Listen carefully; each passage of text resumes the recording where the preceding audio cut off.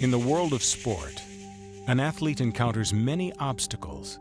Mastering them is what sport is all about. It may take skill, strength, or the sheer bravado to push yourself to the edge. But ultimately, it's more than just physical. Sport is really a state of mind, a purifying endeavor where pride and passion culminate in action.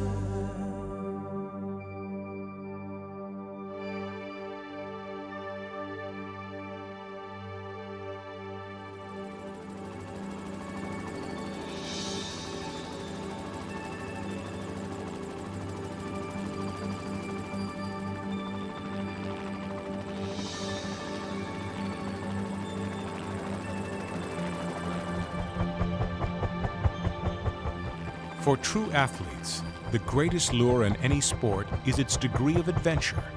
To skiers, who have a greater affinity for adrenaline than most, this is the utmost in exhilaration. A mountaintop expedition by twin-engine chopper. And for more than a quarter of a century, Mike Wigley's helicopters have been leading the quest.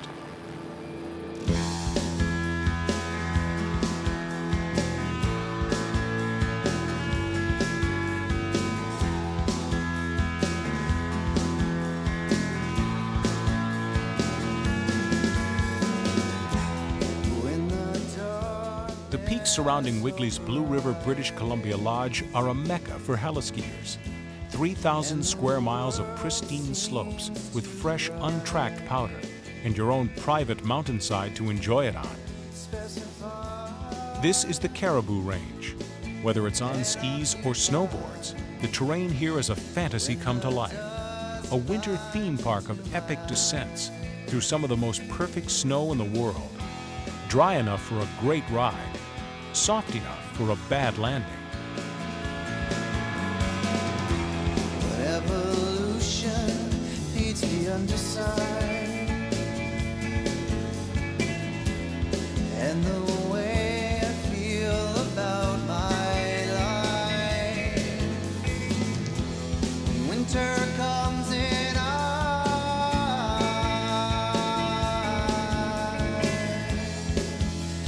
I feel alone here. Come on down to my place. We'll hollow the wheels tonight. Backcountry skiing isn't for everyone. While isolation is one of its joys, taking on an unknown face is not without its perils. And out here, even the best can make mistakes. Winter comes in,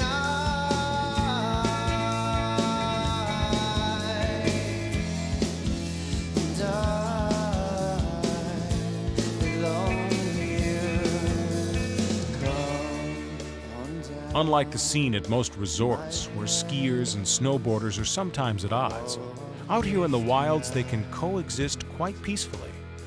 There's plenty of room, and they share a common goal: to carve a trail with maximum intensity.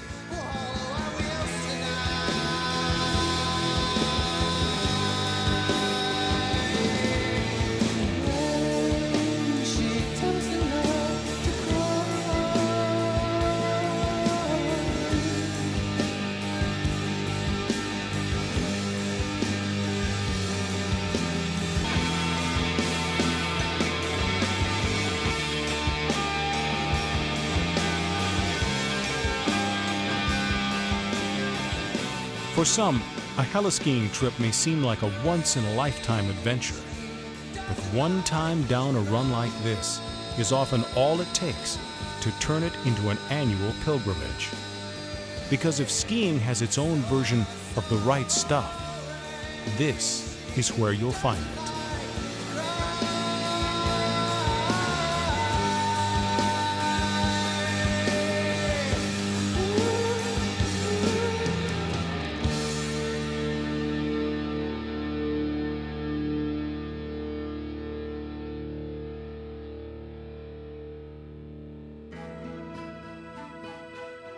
In the spring, when nature renews itself, the snowmelt grows from tiny rivulets to ever-increasing streams of runoff. The change in seasons means it's time to put away the skis and seek out a new adventure.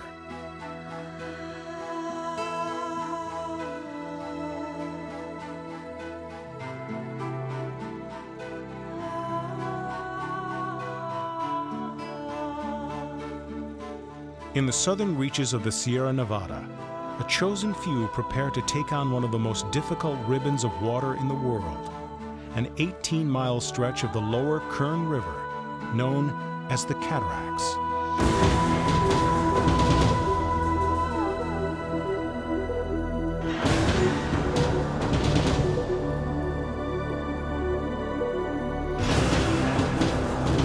You can never get too good. There's always another piece of water out there challenging you.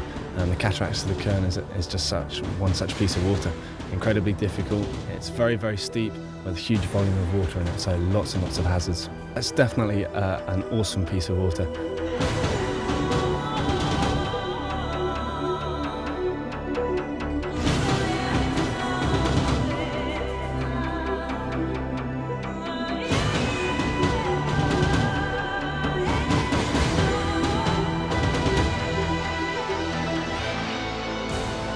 When you're actually in the rapid, you're very focused and not thinking about really life or death. You're thinking about what you're doing. But when you get to the bottom, it's absolute total exuberance. Pretty amazing experience, really.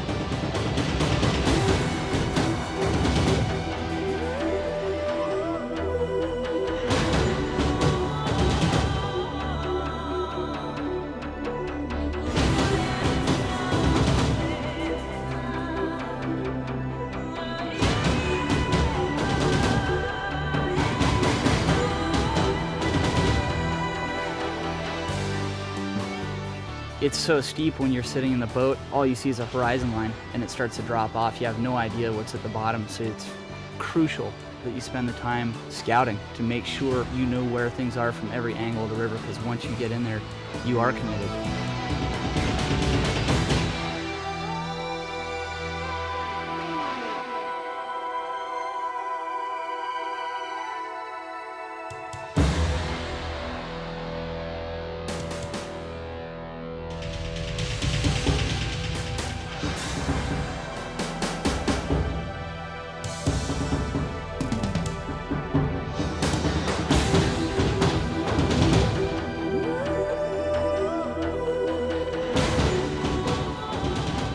The Kern is an ancient river, 80 million years old. At its lower reaches, it descends with frightening speed into a narrow gorge, boiling with Class 5 and 6 rapids.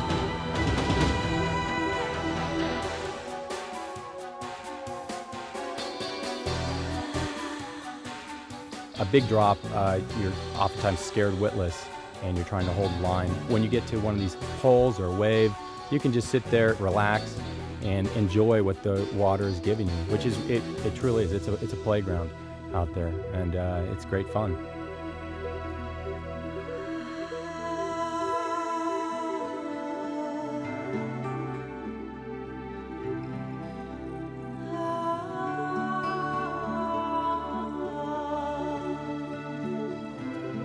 At the end of the day, when a break in the raging torrent is reached and camp is made, the pastoral setting is magnificent.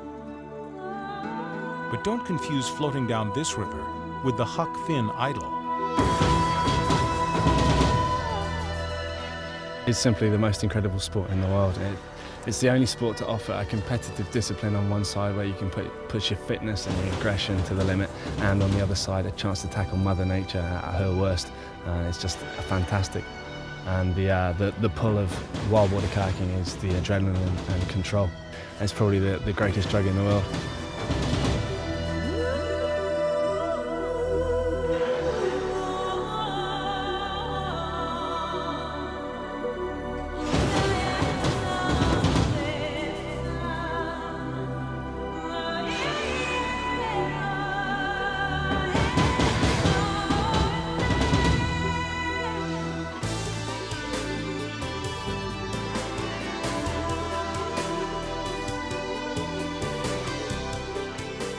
On any leg of water, even the killer Kern, there are benign sections more suited to play than peril. But make no mistake, river kayaking is filled with countless dangers. Being able to maneuver the kayak as if it's an extension of your body is one of the keys to survival.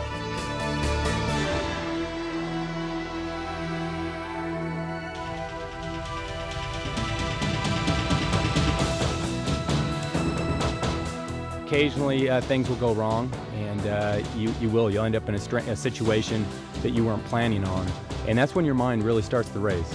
When you're underwater, 1 second equals about a minute. When you roll it back up, you're trying to figure out exactly where you are, you're a little bit lost, and then hopefully you can get back on your line and continue on.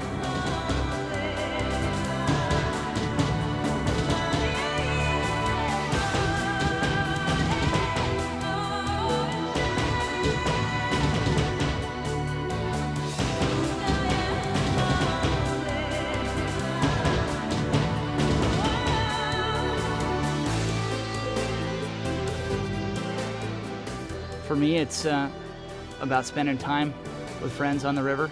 The thrill of it is, challenging yourself and playing with the features of the river. I've always been around water and love being in it, and kayaking is about as intimate as you can get. I really enjoy it because I find myself improving all the time. There's always some new skill to learn. There's always some bigger rapid that you can push a line on.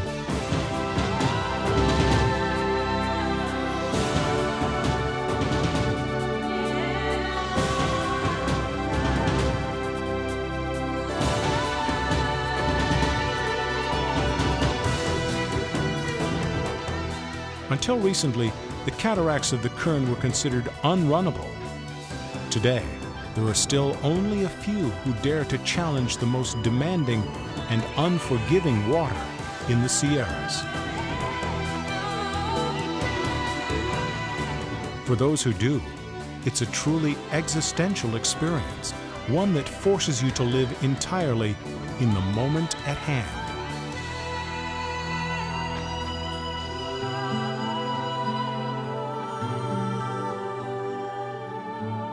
It's the glory of white water. You get in there and you're committed and you phase everything else out and you focus on that, and it's the best rush. It's the best rush in the world.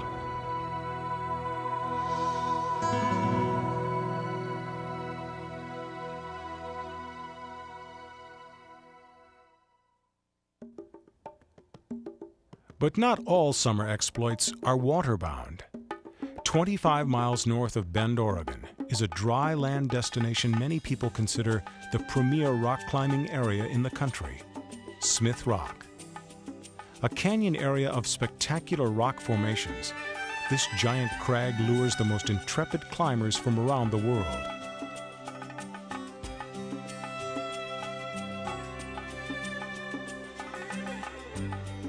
They are drawn here for a variety of reasons, from the majestic beauty to the sheer difficulty of the rock faces. But they share a common knowledge that climbing is as much a mental sport as a physical one.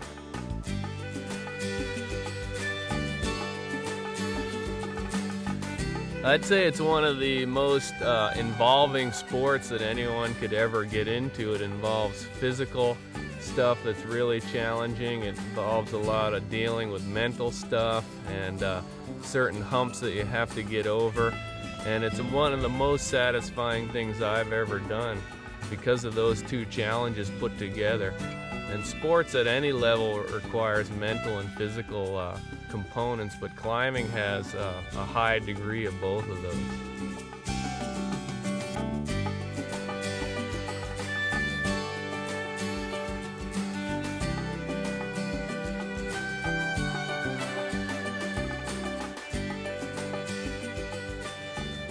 I climb because it's the wildest, you know. Some people it's golf, some people it's tennis, some people water ski, but climbing's the wildest. You're just way off the ground, way up there exposed, huge amounts of gravity pulling on you all the time. It's just something that you can't ever get at doing anything else.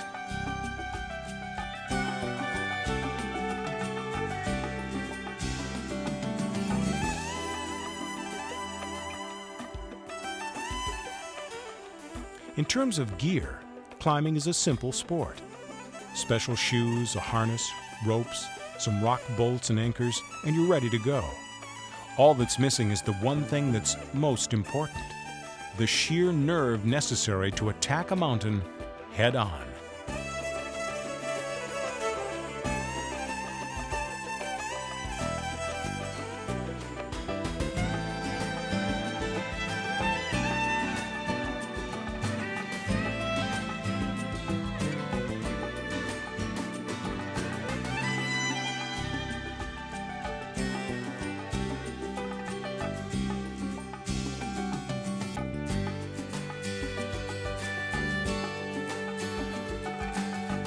Smith Rock is the birthplace of sport climbing in America.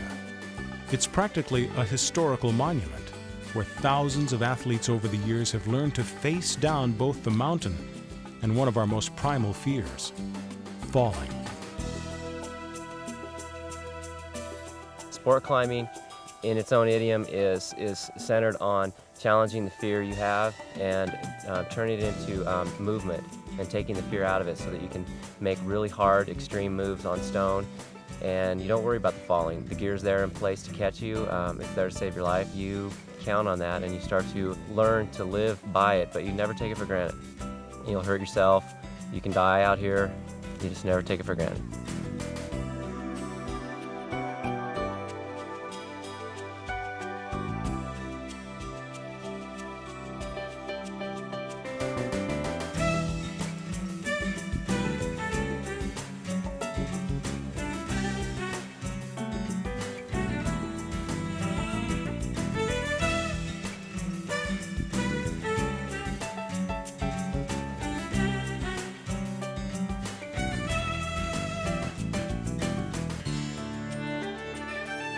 Prior to a climb, I feel sort of nauseated, almost like flu-like symptoms, and sweaty palms, and my hands tingle. And once you get going, kind of the butterflies vanish, and still have the fear going up, always considering that possibly a fall is, you know, in my near future. So I enjoy to go to the top of some of these things and really enjoy the exhilaration once I make it over the top and realize I can overcome some of the fears I standardly have.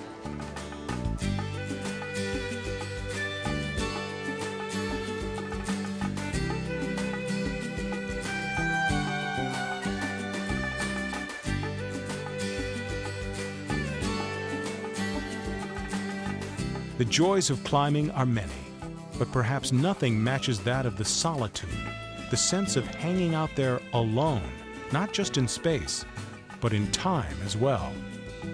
There's a lot of beauty, a lot of enjoyment in the movement, a lot of soul searching you can do with pushing yourself, pushing your limits, overcoming fears of falling.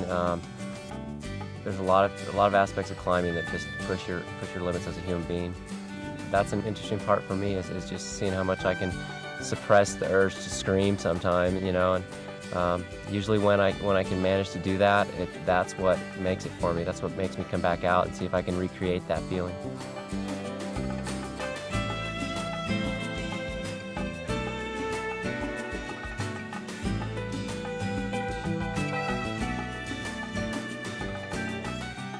We climb just for the adrenaline, the rush of it all. the average Joe walks up to that and he can't look over the edge, you know, and then you actually go over the edge, and it's going over the edge.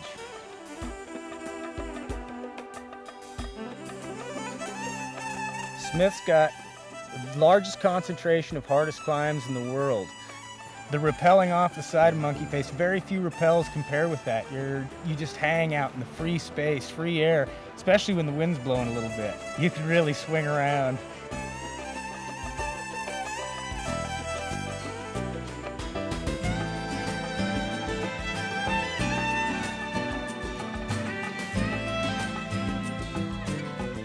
In most sports, the goal is to take it to the edge.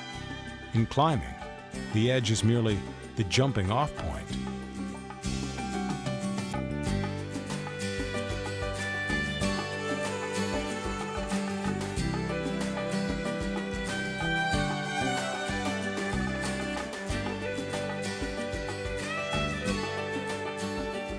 It is unnerving, but that's when climbing really reaches its pinnacle, I think, when it has that blend of fear and enough safety to make it feel like you're pushing the edge, but that you're not really out there beyond that edge.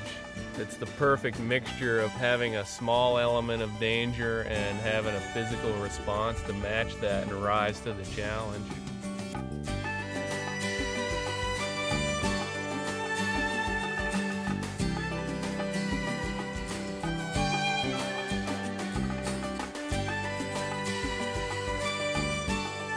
In many ways, climbing may be the ultimate sport. It not only takes physical exertion, it also takes will, determination, and a single-mindedness that can leave you mentally exhausted as well. But it's exactly that duality that draws a certain breed of athlete. Those interested in not just challenging the external world, but the internal one too.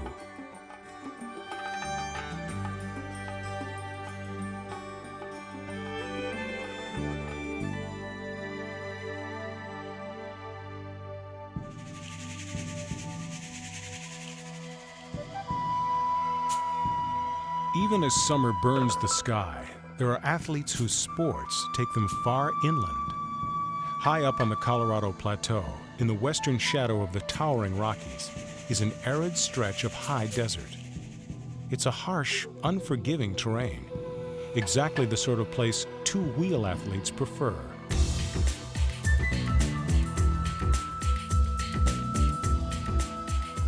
Mountain biking comes in several forms. Single track means just that, negotiating jutting boulders and slippery rocks while following a narrow single path at full speed. You know, I really enjoy going out there and riding the single track. You know, I have a blast, like, you know, racing a car in the Indy 500 when you get a nice piece of single track and you're just banking through the turns, and, you know, every once in a while you feel like you're right on your bike and dialed in, and it's a great feeling, it really is.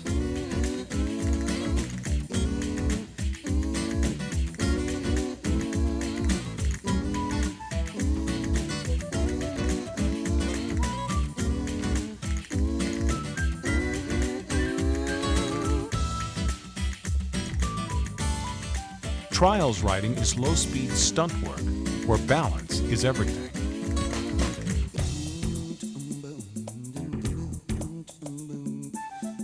The trials thing is really neat because it is such a dynamic aspect of the sport. There's so many different ways to do each move, and you have to be very creative, and I like that. It's kind of like a chess game of mountain biking.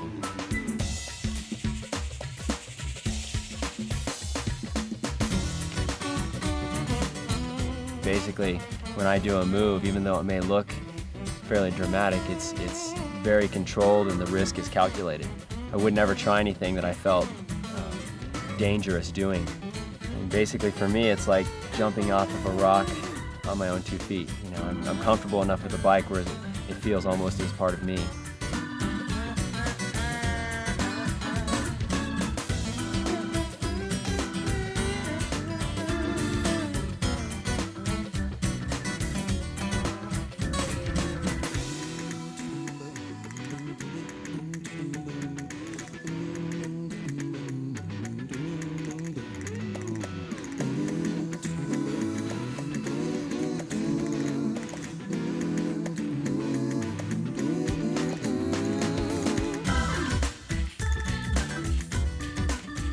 The equipment is simple. Mountain bikes weigh barely more than 20 pounds. They're made of sturdy, lightweight aluminum or titanium alloys with flat, nubby tires that grip the ground, no matter how tight the turns.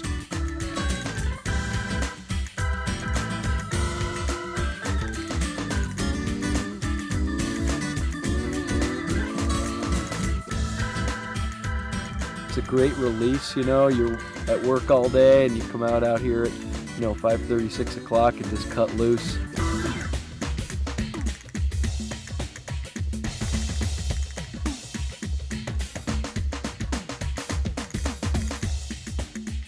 Cutting loose is what this sport is all about. At top speeds of 40 miles an hour or more, every hill, every obstacle, every ride is its own adventure. Out in the desert, there's just some great roller coaster type hills where you can just, launch air and float over these, humps, and it's just great feeling. Your stomach drops out, that's why they call it roller coaster out there. Keeps me going for sure.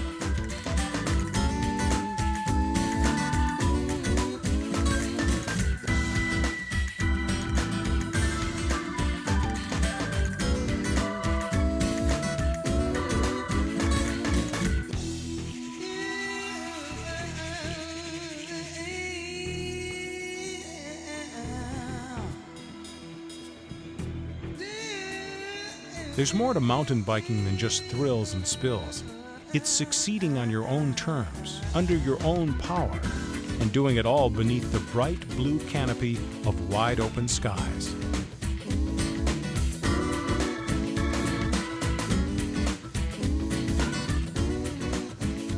Mountain biking is a gut sport where strength and endurance are crucial.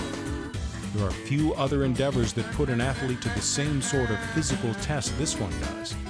But at the same time, in this sport, the rewards are to be found all around you.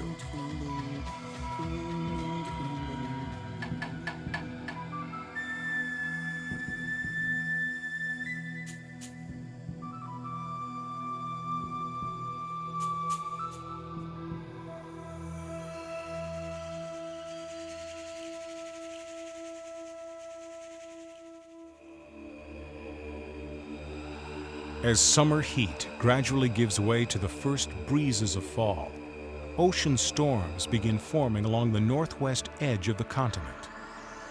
In the tumultuous heart of the storm center, the Gulf of Alaska, the weather turns stark, with colliding fronts churning up an army of colossal waves. Soon a crescendo storms out into the open Pacific, a maelstrom of angry water that gains force with every unbroken mile. When it finally touches land again, its havoc falls full force on the Hawaiian Islands. On the north shore of Maui, this is the result.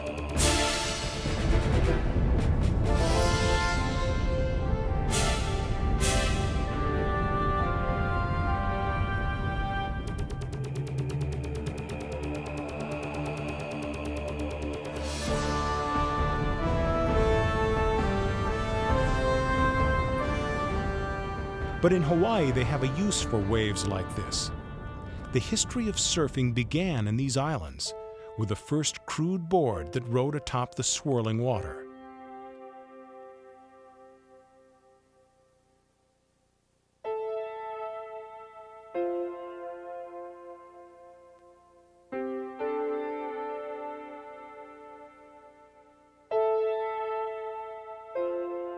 But recently, after several hundred years with only minor changes, surfing took a radical turn. It came when a surfer named Hoyle Schweitzer nailed a mast to his board and attached a sail. He called it windsurfing. Of such stuff, legends and brand new sports are born.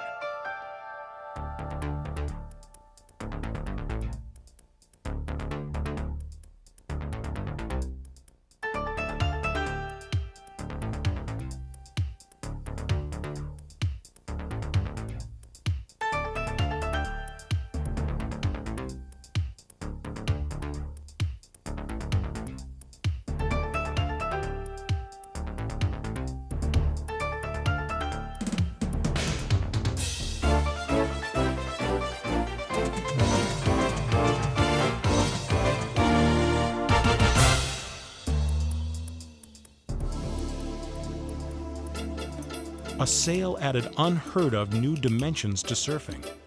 The runs were now endless, and speeds reached a blistering 50 miles an hour.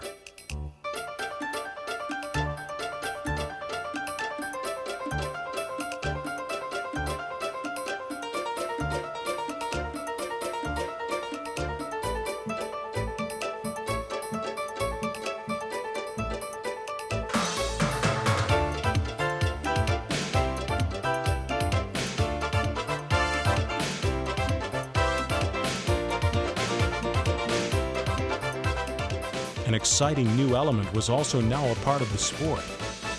It was no longer just water one challenged, it was air as well.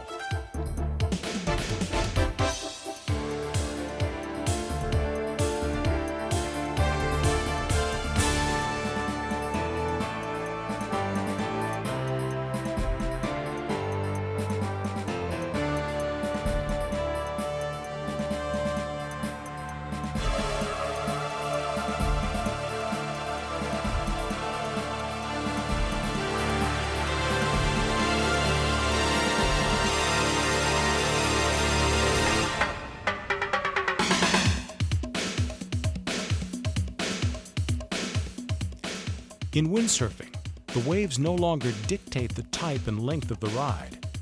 With skill and a benevolent sea, the rider himself can be lord and master of his environment.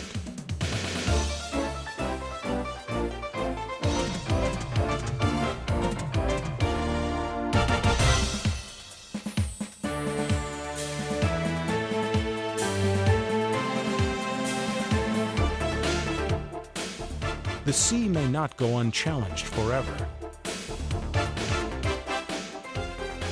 But in the right hands, a windsurfer can rule the waves like no one ever has.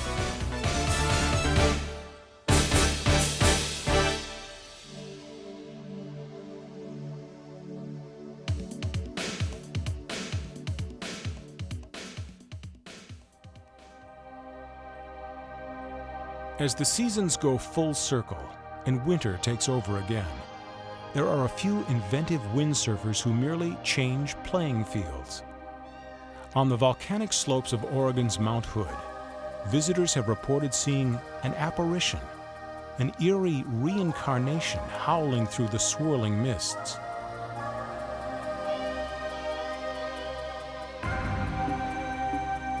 But these aren't the ghosts of windsurfers gone awry.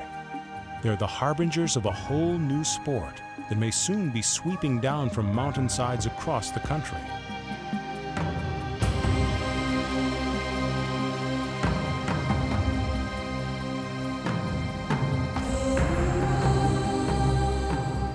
It's called ski sailing, and it's exactly what it looks like: a windsurfer's sail mounted on skis.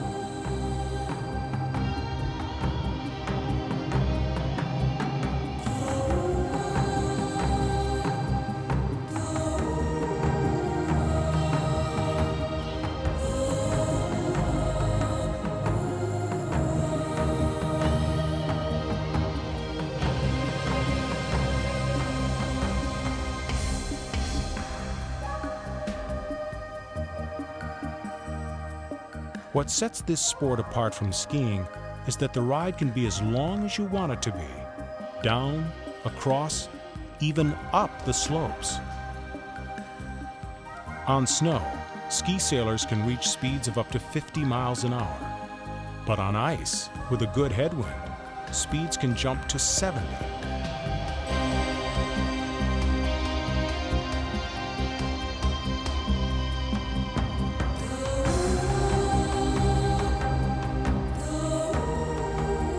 And with this rig, you can take air like no other skier ever has.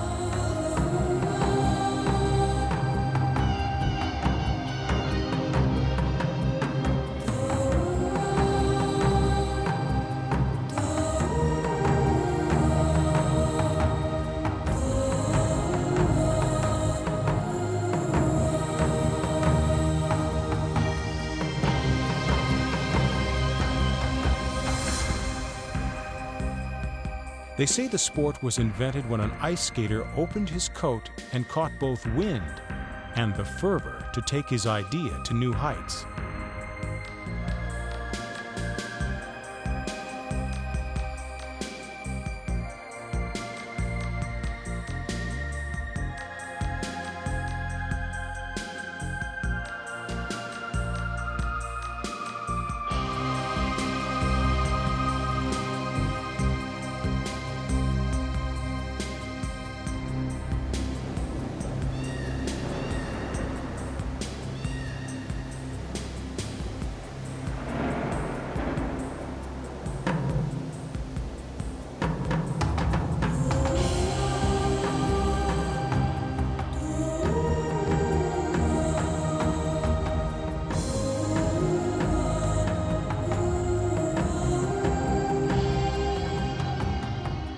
The key to ski sailing is that the wind doesn't just propel you, it holds you on the surface. The pressure of the sail sets an unerring edge that can grab the most slippery terrain, even here on Mount Hood's famous Palmer Glacier.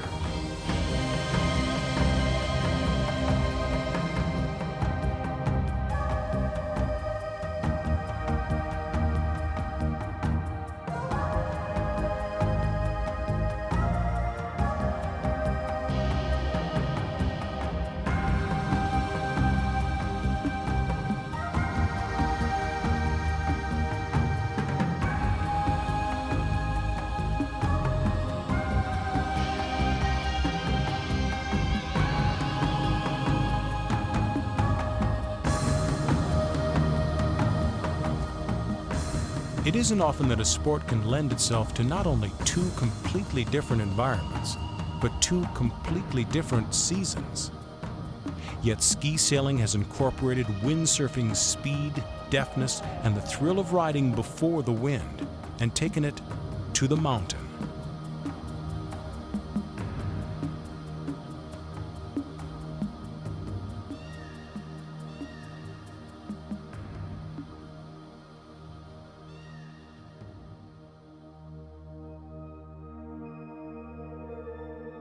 As the seasons wind back upon themselves, so too do the athletes.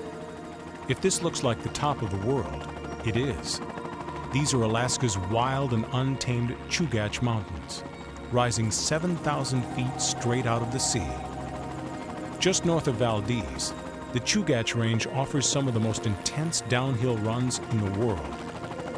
The best way to reach them is by air. The best way to experience them is by board.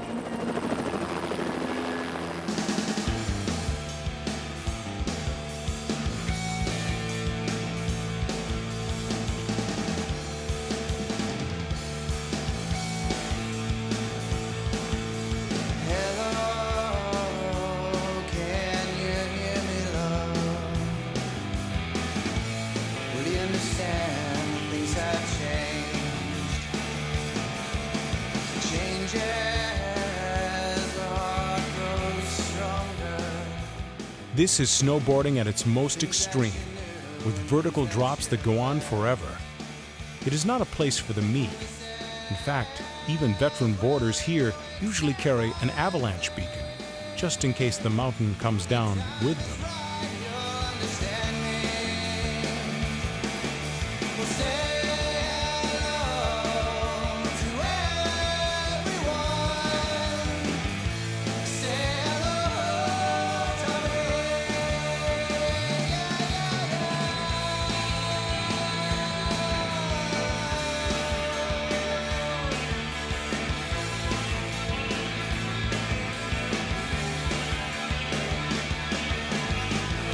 You're under my skin, you're under my red. Snowboards first appeared in the late 70s.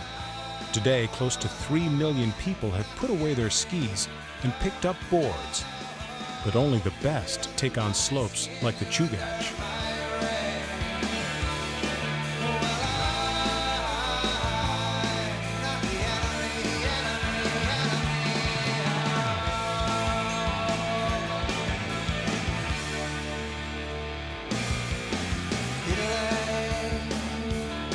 Where the sheets are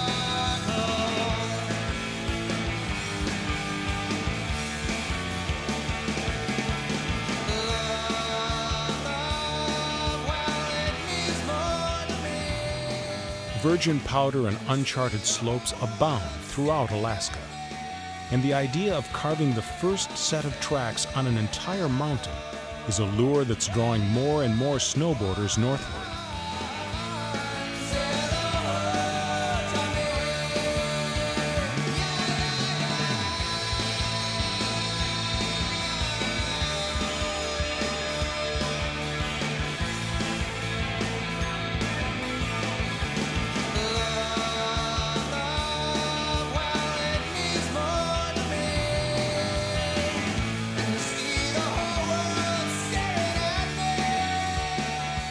Like any other sport, a good snowboarder can make it look easy. But these are serious athletes.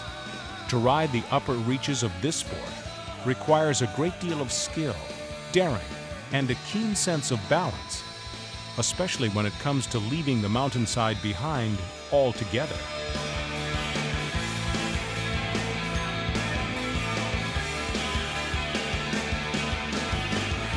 You're under my skin, you're under my reign. Well, I'm not the enemy. If, as they say, there is truly a moment when man and mountain become one, surely this is what that moment is like.